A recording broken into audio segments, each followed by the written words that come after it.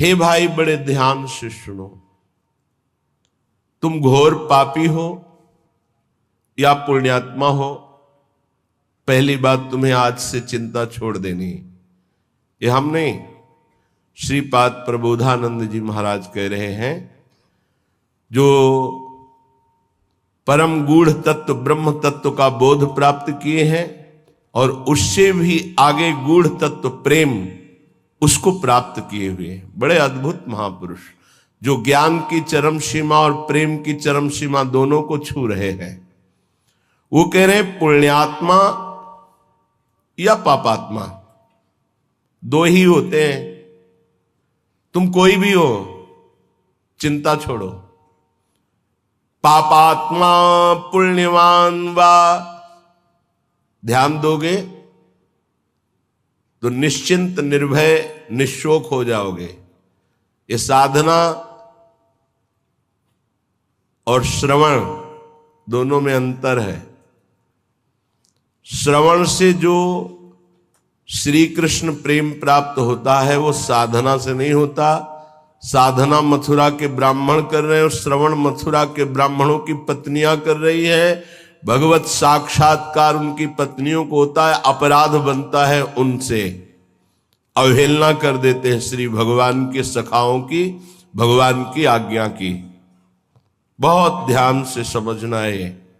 ये जो श्लोक है निहाल कर देने वाला है। आप इन्हीं में से कोई होंगे। पापात्मा पुण्यवान वा प्रशरद अपयशाह कीर्तिमान वा, तुम्हारा बहुत यश है या बहुत निंदा हो रही है, बहुत पापी हो या पुण्यात्मा हो। महादुष्प्राप ग्रासोत्स सम्राट समजड़मति सर्व विद्या निधिर्वा, तुम बहुत दरिद्र हो या बड़े वैभवशाली सम्राट हो। बहुत सुंदर बात कहे। तुम जड़मती मूर्ख हो या बहुत विद्या विशारद विद्वान हो। तुम कोई भी हो, चिंता छोड़ो।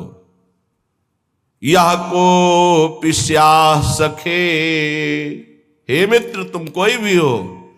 नो गणे कथम पीक्षस्व वृंदावनम तच्छिंद छिंद स्वपासान गुरु निगम गिरास्वी मोहैक सिद्धान।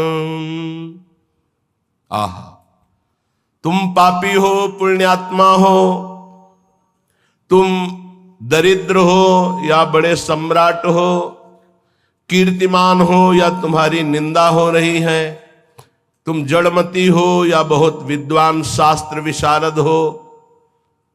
अब चिंता मत करो। तुम्हें यदि वृंदावन धाम आने को मिल गया है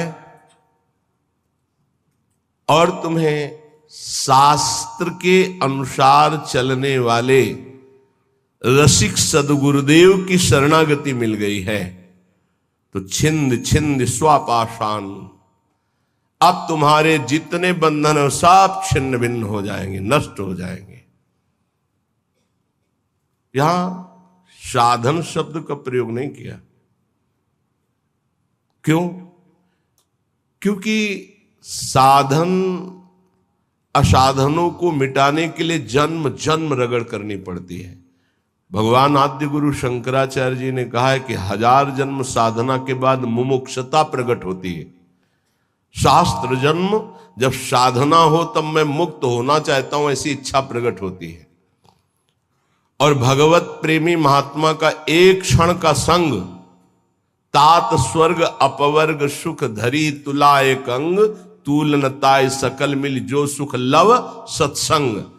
अगर रसिक संत का संग मिल जाए तो मुमुक्षता नहीं, मोक्ष सुख भी एक पलड़े में रखा जाए, एक पलड़े में सत्संग का सुख, तो बोले मोक्ष हल्का हो जाता है। क्योंकि सत्संग से सीधे प्रेम की प्राप्ति होती है, आत्मरति प्रभुरति। रसिक महापुरुष का हृदय हर समय आनंद की उफान में रहता है। जब आनंद की कमी होती तो दूसरों से सुख लेने की वासना जागृत होती है। जब आनंद की उफान होती तो दूसरों को सुख देने की भावना जागृत होती, जिसे तत्सुख भाव कहते हैं। ये रसिकों में सिद्ध है। ये तत्सुख भाव, सुख देवे को चाव चित, सबसो हित निष्काम, या सुधर्म हरिवंश को नाम गिरा विश्राम। जो निरंतर नाम और वाणी में रत हैं, ऐसे रसिकों के हृदय में करुणा आनंद की उफान आती रहती है। तो कोई चाहे जितना पतित हो या पुण्यात्मा हो, दरिद्र हो या महाराजा हो, विद्वान हो या मूर्ख हो, सबको परम प्रेम प्रदान करने की सामर्थ्य रसिक सदगुरुदेव के चरणों में है। तो जो अपने मोह का छेदन कराना चाहता है, वो गुरुदेव के चरणों का आश्रय लेकर उनकी आज्ञा के अनुसार चले। गुरुदेव कैसे? बोले गुरु निगम गिरास, जो शास्त्र मर्यादा से सिद्ध हुए हैं। मनमानी आचरण करने वाला, शास्त्र विरुद्ध आचरण करने वाला साधक नहीं होता, फिर सिद्ध कैसे हो सकता है? सिद्धों में कुछ दिव्यताएं होती हैं जो समझ के परे होती हैं। वो हमारी मानुषिक बुद्धि नहीं है।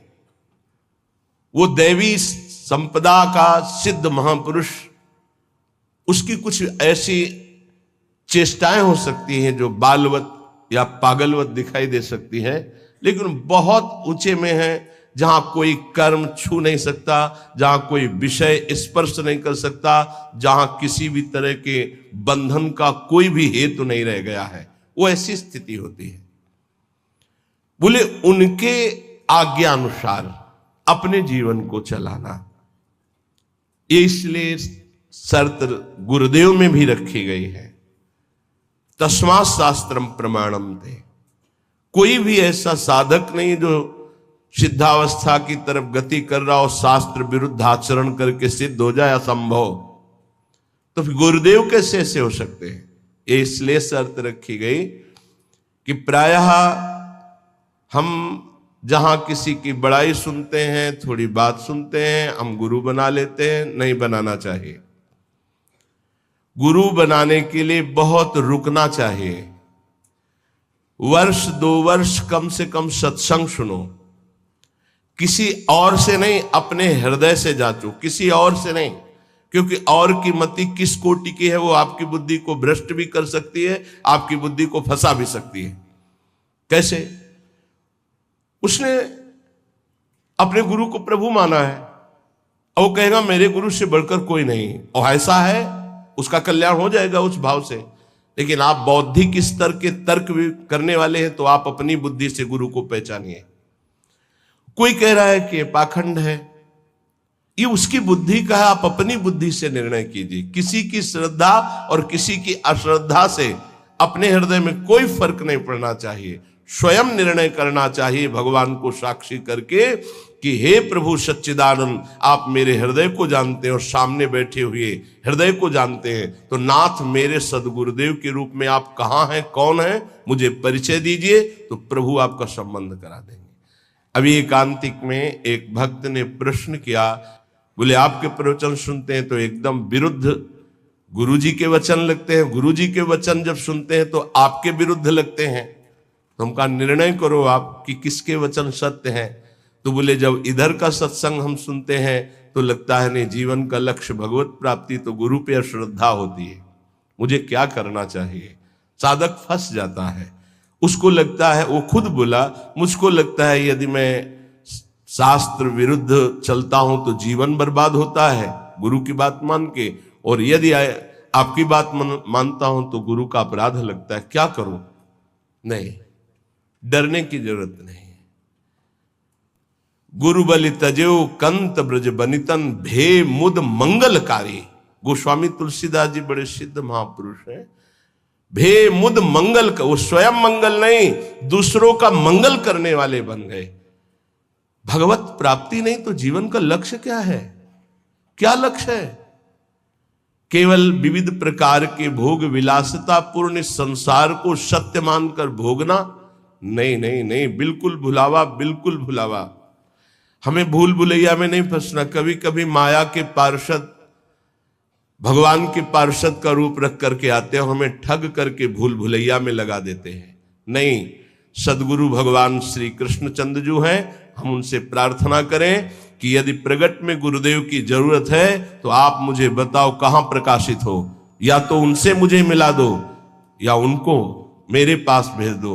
यदि जरूरत है तो आप ये व्यवस्था करो, मैं तो आपको गुरु मानता हूं, बस निहाल हो जाओगे। हमारी बात मान लो।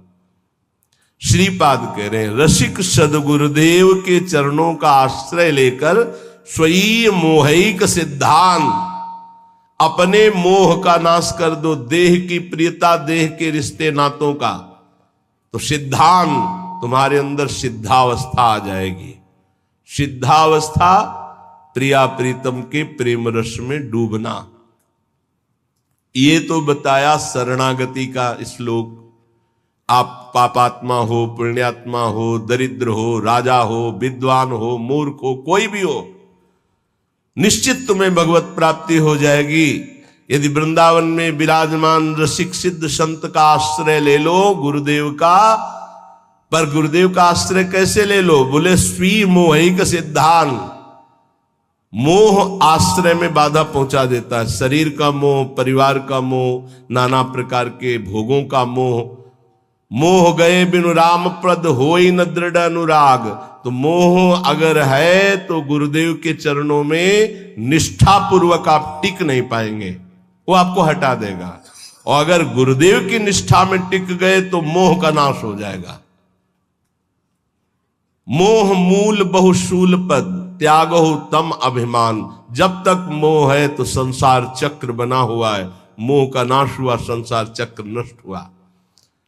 अब वृंदावन की रहनी बता रहे। पहले श्लोक में शरणागति बताई, अब कह रहे कंथा कौपीन वासस तरुतल पतितै क्लिप्त वृत्ति फलाद्यै कुर्वन्न व्यर्थ वार्ताम कथमपि न वृथा चेष्टया कालयापि त्यक्त्वा सर्वाभिमानम प्रतिग्रह मटनम तुच्छ भैक्षाय कुर्वन् वृंदारण्ये निवत्स्याम्य समनुसरन् राधिकैकात्मलोकान्।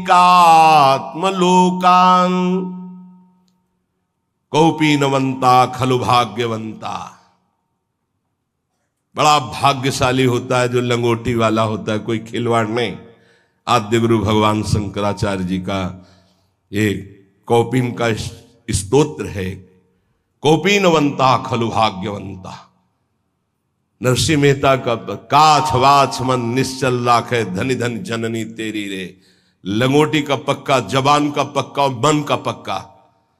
तो बोले भड़ नरसैया दर्शन पावा। हमारे बड़े भाग्य जो मैं ऐसे संत के दर्शन पाऊं जो लंगोटी का पक्का, जबान का पक्का और मन का पक्का। कंथा कौपीन वासास कौपीनवंता खलु भाग्यवंता। लंगोटी का तात्पर्य होता है जितेंद्रिय। आजीवन भगवत आराधन में अपने जीवन को समर्पित करके एकमात्र परमानंदमय सुख का भोक्ता, किंचन मात्र कहीं कि किसी इंद्रिय का भोक्ता नहीं। वासास परिग्रह रहित वस्त्र। साधु का जो वस्त्र है वो परिग्रह रहित होना चाहिए। परिग्रह जिस पर किसी का अधिकार नहीं। वो हरिराम व्यास जी ने कहा घूरे में से बीन चिनगटा रक्षा कीजिए सीतिन। चलो वैसा नहीं तो जो गुरु प्रदत्त वस्त्र हैं या जो स्वाभाविक सहज में जैसे बन जाए। याचना की वस्त्र के लिए कहीं आज्ञा नहीं है। केवल याचना भिक्षा के लिए है, अन्य याचना नहीं है। तो ठीक है, नहीं है तो कोई बात नहीं। जब हमने अपने जीवन को प्रभु के चरणों में सौंप दिया तो अब हमको इस शरीर की इज्जत की परवाह नहीं। शरीर का कोई, ये तो प्रभु को समर्पित वस्तु है, वो जैसे रखें। जैसे प्रभु हमें रखे। हमारी याचना नहीं होनी चाहिए।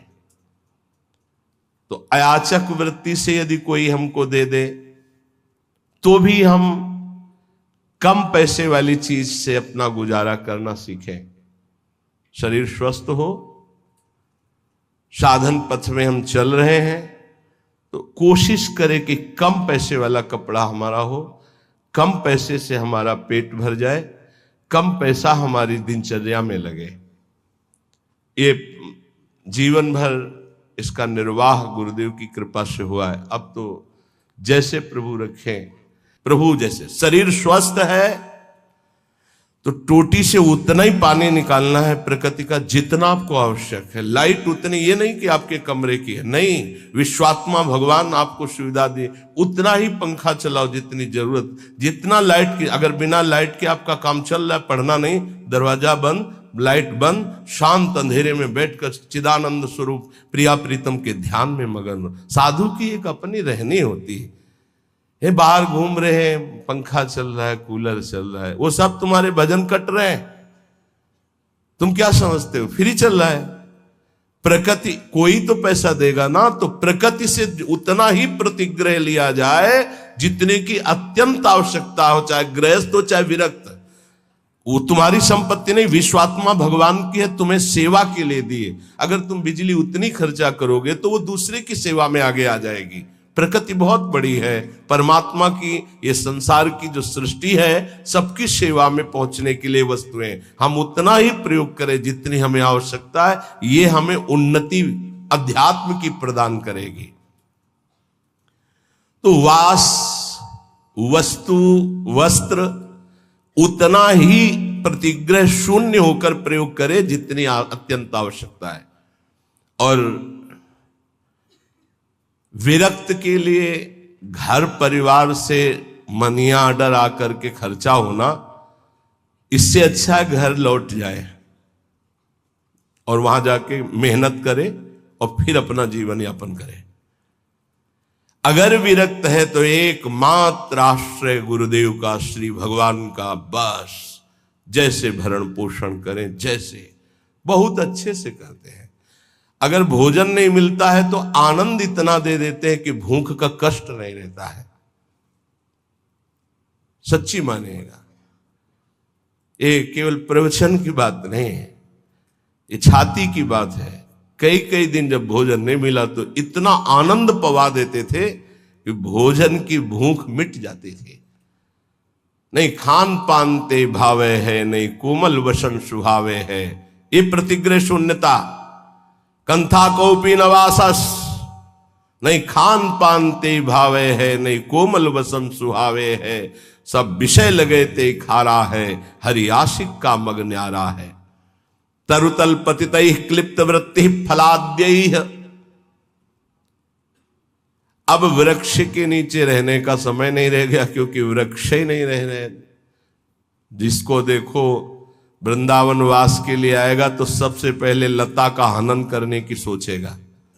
किसी लता को नष्ट करके आपका वृंदावन वास हो रहा हो मत करना, श्री जी नहीं मिलेंगे। लता श्री जी की नित्य सहचरी है हमारे ब्रज की, और उसको काट करके, उसको हटाकर फ्लेट बना के, और उसमें अब बड़ी चतुराई की जाती है, बड़ी चतुराई की जाती है। जेसीबी से उसके नीचे कुआं कर दिया जाता है, वो गिर जाता है, रातों रात काट कर बाहर हो जाता है। तो क्या विश्वात्मा भगवान नहीं देख रहा है? रातों रात नष्ट हो जाओगे तुम, रातों रात नष्ट हो जाओगे। समय आने दो, लिख लो। ये ब्रज की लताएं, आप कोई भी हो, कोई भी हो, चाहे आप भूमि बेचने वाले हो, चाहे आप ब्रजवासी हो, चाहे आप बाबा जी हो, चाहे आप गृहस्थ हो, कोटि ब्राह्मणों की हत्या का पाप लगता है एक लता के छेदन से। हरिराम व्यास जी ने कहा है ये ब्रज की लताएं हैं, ये अज्ञान के कारण जानते नहीं, ब्रज की लताओं का नाश कर देते हैं। नहीं नहीं, ये लताएं बड़े बड़े परमहंस भजनानंदी ब्रह्म ऋषि की हत्या करने का जितना बड़ा दंड मिलेगा, उससे कई गुना बढ़कर दंड मिलेगा।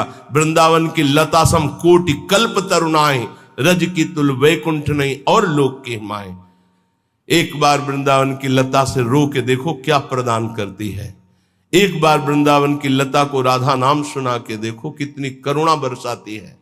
ऐसी लताएं जिनकी प्रिया प्रीतम के द्वारा दुलार वृत्ति होती है। राधा करावचित पल्लव वल्लरी के, स्वामिनी जी की कृपा दृष्टि से सींचे गए, स्वामिनी जी के कर कमल से दुलराए गए ये वृंदावन की लताएं हैं, वृक्ष हैं। धिक्कार है हमारी बुद्धि को, चंद रुपयों के लिए आज हम लताओं का छेदन कर रहे हैं।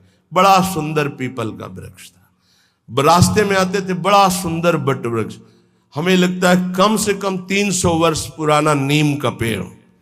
ऐसे गए, अब कुछ बस नहीं चलता, कुछ बस नहीं चलता। हरिराम व्यास जी आज के 500 वर्ष पहले लिखे थे कि वृंदावन मथुरा कट रहा है, मुझे बर्दाश्त नहीं हो रहा। कट रहा है मतलब लताएं, मानसरोवर में इतनी लताएं थी। आज के 25 वर्ष जो दर्शन किए, कुंज की कुंज, कहीं घुस के बैठो, रो प्रिया प्रीतम के लिए, ऐसा वातावरण। अब वही संगमरमर, वो रज नहीं ढक दी गई, लताएं काट दी गई, संगमरमर बिछ गया, बोले उन्नति हो गई। हमारे ब्रज की उन्नति संगमरमर से नहीं है, रज और लताओं से है। ये रोड से उन्नति नहीं है, रज और लताओं से उन्नति है। जब हम परिक्रमा में लौटते तो जो ब्रह्मानंद मिलता है वो पद्मासन लगा के बैठने से नहीं मिलता, ध्यान रखना। बड़े बड़े महापुरुषों को देखा, अब रज रानी के दर्शन मिलना दुर्लभ है। हर जगह व्यवस्था ऐसी, छू न जाए रज, जिससे कल्याण होना है, जिससे परम पद मिलना है।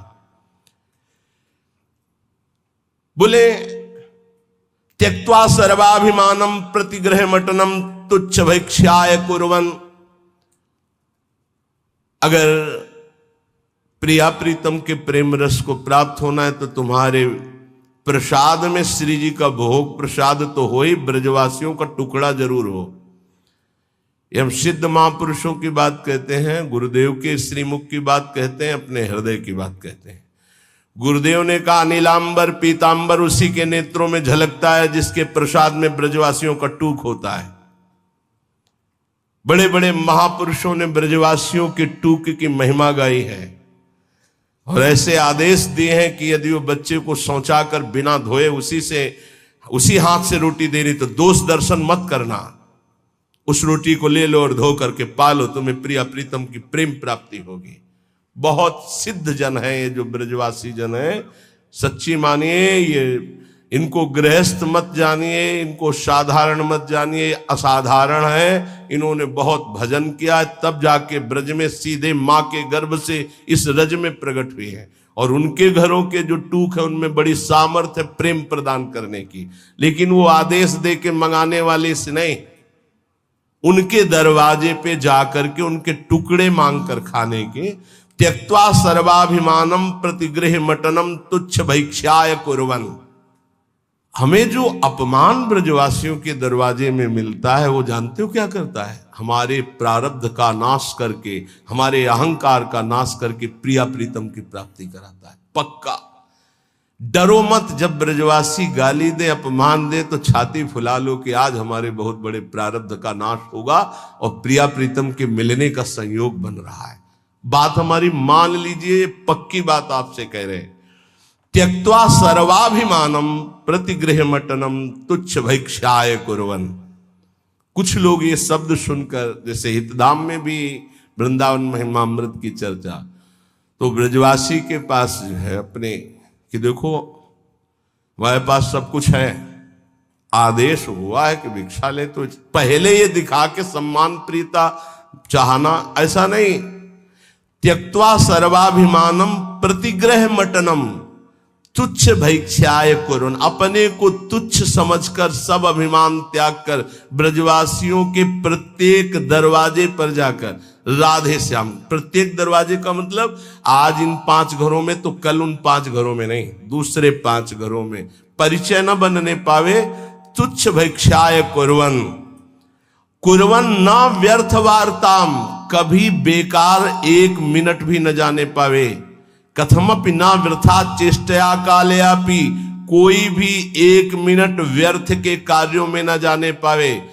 भिक्षान्न पाना, लंगोटी वाला बनना, अर्थात जितेंद्रीय भाव रखना, वास और वस्त्र की याचना न करना, प्रभु जैसे जहां रखें वैसी व्यवस्था में रहना, उदर पोषण में भिक्षान्न जरूर होना चाहिए ब्रजवासियों का, और वो टूक अभिमान रहित होकर जो मांगा गया है, तो वृंदारण्ये निवत्स्याम मनुशरन राधिकैकात्मलोकान, वो वृंदावन में प्रिय प्रेमियों का अनुसरण करते हुए श्री किशोरी जी को अपने हृदय में देखता है। पहले साक्षात्कार यहां होता है किशोरी जी का। श्री राधिका स्फुरत में हृदय केल सिंधु, श्री राधिका स्फुरत में हृदय केल सिंधु। नारायण या गौर श्याम को हृदय निकुंज बस पहले इस निकुंज में दर्शन, फिर जब आंख तब दिखाई देता है बाहर, पहले अंदर। अंदर के नेत्र, हृदय के नेत्रों में पहले प्रियालाल का साक्षात्कार होता है, तो वही हृदय के नेत्र बाह्य नेत्रों में प्रकाशित होते हैं, तो जिधर देखता है जुगल जोरी का साक्षात्कार होता है।